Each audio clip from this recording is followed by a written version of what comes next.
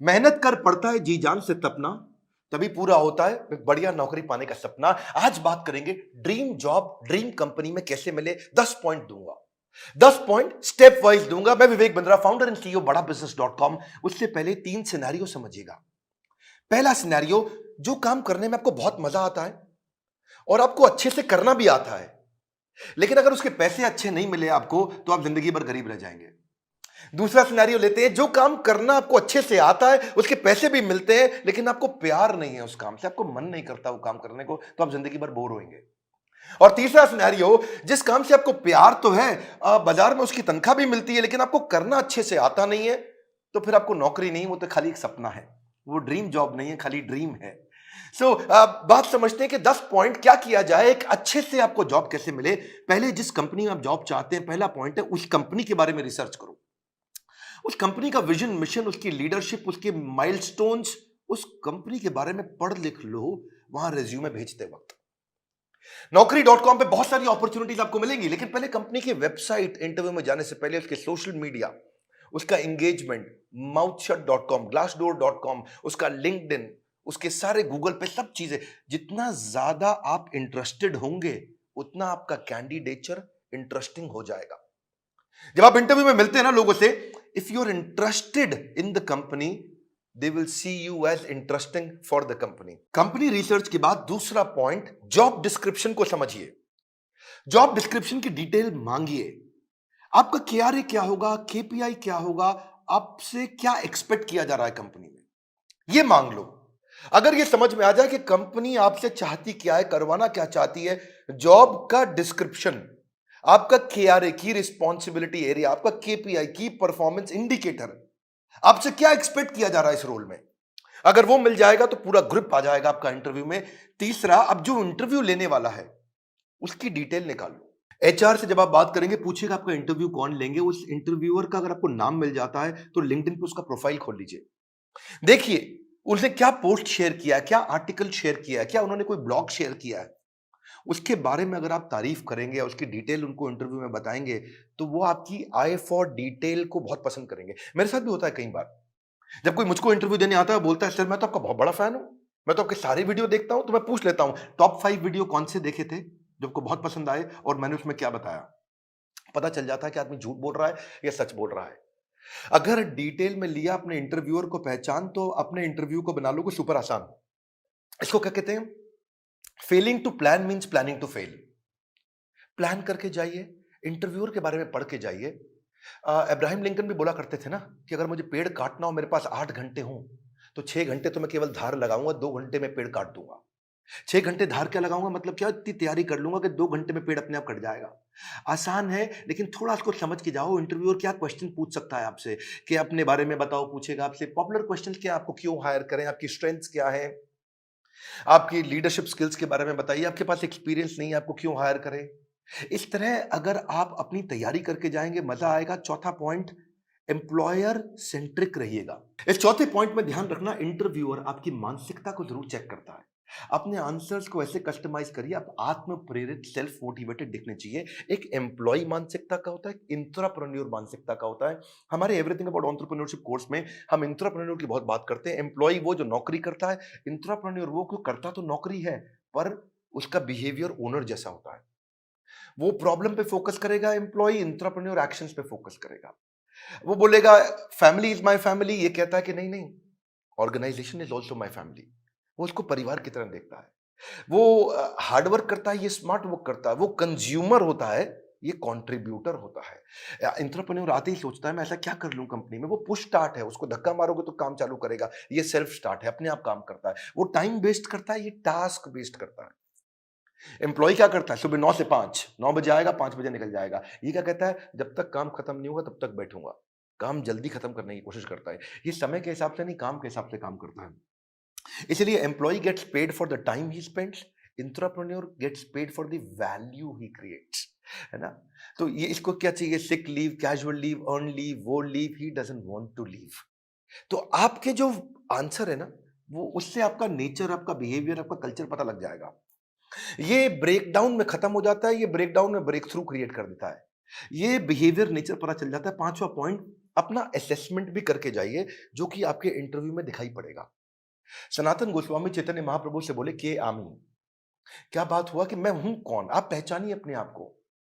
कृष्ण ने भी गीता के अंदर बहुत बात किया, ये आपको पोजिशनिंग में हेल्प मिलेगा। आपको आप एक्शन मैन है, पीपल मैन है, आइडिया मैन है, प्रोसेस मैन है, आपकी मेजर स्ट्रेंथ्स क्या है, उसको स्किल के साथ मैच कर लीजिएगा। देखिएगा कि जो जॉब डिस्क्रिप्शन है ना, जो मैंने पीछे बताया था आपको, उसमें देखिए कि कंपनी का गोल क्या है, इस जॉब से कौन सा गोल अचीव करने वाले हैं, कंपनी में क्या प्रॉब्लम्स थी जो इस जॉब से वो सॉल्व कराने वाले हैं। और जब आप जाएंगे तो अपने हार्ड स्किल और सॉफ्ट स्किल को जरूर समझ के जाइएगा। ये छठा पॉइंट है। हार्ड स्किल कौन से होते हैं? ये वो स्किल होते हैं जो बेसिकली आप क्वांटिफाई कर सकते हैं, जैसे कि फॉरेन लैंग्वेज हो गया, डिग्री हो गया, सर्टिफिकेट हो गया, मशीन ऑपरेशन हो गया, आपका किसी प्रकार का कोई भी data mining, accounting, programming, software testing, ये सब हार्ड स्किल होते हैं। जिसमें कला आती है। जैसे फाइनेंस के अंदर बजटिंग, बिजनेस प्लानिंग होता है या प्रोडक्ट डेवलपमेंट होता है। लेकिन सॉफ्ट स्किल कौन से? बातचीत कैसे करते हो, आपका टीम वर्क कैसा है, आप डिसीजन ले पाते हो नहीं, लीडरशिप है कि नहीं, मोटिवेटेड रहते हो कि नहीं, सुनते हो ध्यान से कि नहीं, पीपल स्किल है कि नहीं, इंटरपर्सनल फ्लेक्सिबिलिटी, टाइम मैनेजमेंट, ये सारे सॉफ्ट स्किल है। उस तरफ हार्ड स्किल है।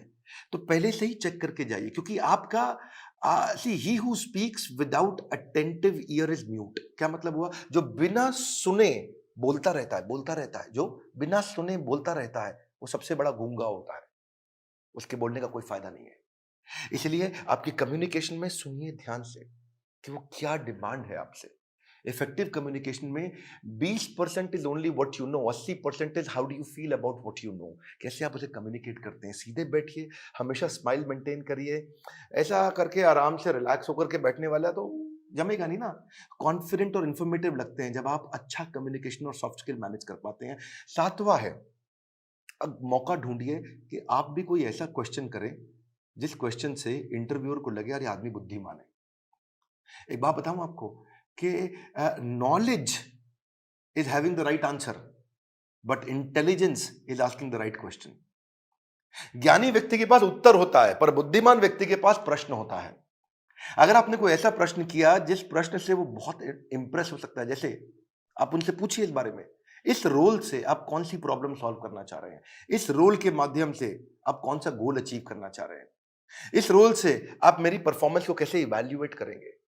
कितना पावरफुल आप प्रश्न पूछते हैं, ये भी सामने वाले को इन्फ्लुएंस करता है। आठवां, सैलरी नेगोशिएशन की बात आए तो बहुत जोर मत डालिएगा। अनरियलिस्टिक सैलरी हाइक से सामने वाला समझ जाता है ये केवल पैसे के लिए नौकरी करने आया है, ये वैल्यू नहीं क्रिएट कर पाएगा। इसलिए वैल्यू क्रिएशन पे फोकस करिए, वैल्यूएबल अपने आप आएगा। मैं इसमें आपको हमारे जो दूसरे डायरेक्टर हैं संजय कथोरिया जी, इनका आपको 2015-16 का एक्सपीरियंस शेयर करता हूं। एक बार ये श्रीलंका में एक कंपनी के चेयरमैन के पास इंटरव्यू देने गए और कंपनी के चेयरमैन ने इन्हें एक ही बात पे इनकी मर्जी की सैलरी दे दी। और वो क्या बात थी? जब उन्होंने पूछा क्या सैलरी लोगे, तो ये कहते हैं I believe in creating value and then sharing value. क्या मतलब हुआ इसका? कि मैं पहले 100 दिन आपके लिए वैल्यू क्रिएट करूंगा, अगर वैल्यू क्रिएट हो गई बढ़िया, तो उसके बाद आप उस वैल्यू को शेयर कर देना मेरे साथ, तब आप तनख्वाह मेरे हिसाब से दे देना। अभी आपको जो समझ में आता हो आप दे सकते हो मुझे, लेकिन मैं वो काम करके दिखाऊंगा, वो वैल्यू क्रिएट करूंगा, तब मैं वैल्यूएबल डिमांड करूंगा। Create value then share value. ये बात सामने वाला इतना इंप्रेस हुआ, बोला कोई बात नहीं, 100 दिन की बात की है, आज ही बता दो क्या तनख्वाह लोगे। जब आप वैल्यू क्रिएट करने पे फोकस करते हो, पहले कहते हो मैं वैल्यू क्रिएट करूंगा, बाद में अपना शेयर लूंगा, इससे सामने वाले को आप पे बहुत कॉन्फिडेंस आ जाता है। सैलरी नेगोशिएशन पे बहुत फोकस मत करिए, मेन मुद्दा समझिए, वैल्यू क्रिएशन पे फोकस करिए। सैलरी नेगोशिएशन अपने आप हो जाएगी जब वैल्यू क्रिएशन का सामने कॉन्फिडेंस आ जाएगा कि आप करके क्या दिखा सकते हैं जॉब में। 9वां पॉइंट, अपने रेज्यूमे पे ध्यान दीजिएगा। ये हालांकि मैं थोड़ा पहले भी बता सकता था 9वां पॉइंट, पर ध्यान रखिए अपने लाइवली और एक्शन ओरिएंटेड वर्ड लिखिए। रेज्यूमे लंबा मत बनाइए, 6 पेज, 8 पेज, 10 पेज का, क्योंकि जो रिक्रूटर होता है या जो इंटरव्यूअर होता है वो उसके पास ज्यादा समय नहीं है देखने के लिए। बुलेट पॉइंट्स में लिखिए ताकि मैक्सिमम चीजें कैप्चर हो जाएं कम समय में। सीक्वेंस के अपना एक्सपीरियंस लिखिए, और अगर एक्सपीरियंस ज्यादा नहीं है तो कोई बात नहीं, आपने आज तक जो भी कहीं पे थोड़ा बहुत इंटर्नशिप भी किया है तो वो भी डालिए। एक कवर लेटर अगर आप बना सको ना, तो वो गेम चेंजर होता है अपनी एग्जैक्ट पोजीशनिंग के लिए। कि आपके पास स्किल है और कंपनी को ये जरूरत है, तो कंपनी की जरूरत और आपके स्किल कैसे मैरी कर सकते हैं आपस में, कैसे मैरिज होगी। तो एक छोटा सा कवर लेटर आधे पेज का 8-10 लाइन का बना सकें अगर आप तो। रेज्यूमे ऐसा होना चाहिए कि सामने वाले को 20 सेकंड में सारी बात समझ में आ जाए। उसको ध्यान से बार-बार देखो ऐसा कि क्या 20 सेकंड में समझ में आ रहा है पूरा रेज्यूमे? रेज्यूमे में बहुत डिटेल लिखने में सफलता नहीं है, किसी के पास टाइम नहीं है आज डिटेल में पढ़ने के लिए। पर रेज्यूमे के अंदर जो हायरिंग मैनेजर है, एक सर्वे बताता है वो 6 सेकंड में डिसाइड करता है इसको बुलाऊं कि नहीं बुलाऊं। तो बड़ा इंपॉर्टेंट है, बहुत ज्यादा एग्जैजरेट ना करें नहीं तो पर्दा फाश हो जाता है बाद में। बोल्ड और क्लियर और इंपॉर्टेंट अचीवमेंट को साफ साफ तरीके से बता सकें। उसी के अंदर एक रेफरेंस लिस्ट भी डाल दें जो आपकी integrity, work, decision making, punctuality, flexibility के बारे में कोई रेफरेंस पुरानी कंपनी के या कोई बड़े लोग ऐसे हैं जो आपके बारे में कहने को तैयार हो तो नीचे लिख भी दीजिए कि ये आपको आपके बारे में ये रेफरेंस, मतलब किसी और व्यक्ति, कोई और व्यक्ति भी आपकी तारीफ करने को तैयार है तो उसका नाम, उसकी डेजिग्नेशन, उसका फोन नंबर लिख दीजिए। इससे भी कॉन्फिडेंस आता है। और फिर भी अगर इंटरव्यू में आप जा ही नहीं पा रहे, आपको इंटरव्यू मिल नहीं रहे हैं तो हो सकता है कि आप अच्छी जॉब साइट्स पे नहीं हो। मार्केट में धक्के नहीं खाने पड़ेंगे अगर आप अच्छी जॉब साइट्स पे जाओगे। इसमें आपको फ्री ऑफ कॉस्ट बहुत सारी अपॉर्चुनिटी मिल जाती है, ऑटो नोटिफिकेशंस मिल जाते हैं, अपने आप नोटिफिकेशन आते रहते हैं, एम्प्लॉयर खुद ही आपके पास आ जाता है अगर आप अच्छी जॉब साइट्स पे जाते हो। इसमें प्रीमियम सर्विसेज भी होती हैं। बड़ी पॉपुलर जॉब साइट्स में shine.com, naukri.com, Times Ascent, Times job और मॉन्स्टर है। लेकिन अगर आप नए हैं तो freshers world, fresherslive.com, Internshala internship पे काम कराती है, या freelancer.com, indeed.com। अगर आप नए हैं तो इन पे जाइए। बेरोजगार खेल रहे हैं स्मार्टफोन पर ताश, ये वीडियो उनको शेयर करें, दिशा मिल सकती है बड़ी खास। मैं एक बात और बताऊंगा, हमारे प्रॉब्लम सॉल्विंग कोर्स के अंदर हमने पूरा का पूरा कोर्स ही इसके ऊपर बना रखा है और एवरीथिंग अबाउट एंटरप्रेन्योरशिप को भी अब 2 हिस्से में डिवाइड कर दिया है। अगर आप नए हैं, इंट्राप्रेन्योर बनना चाहते हैं या आगे चल के स्टार्टअप शुरू करना चाहते हैं तो एवरीथिंग अबाउट एंटरप्रेन्योरशिप का एक हिस्सा आपको काम आएगा। और दूसरा जो बिजनेस कर रहे हैं उनके लिए तो है ही है। मैं फिर से आपको रिक्वेस्ट करूंगा कि बेरोजगार खेल रहे हैं स्मार्टफोन पर लूडो और ताश, हाँ, वीडियो शेयर करो उनको, दिशा मिल सकती है बड़ी खास। ताश से बात नहीं बनेगी, इस खास दिशा से बात बनेगी।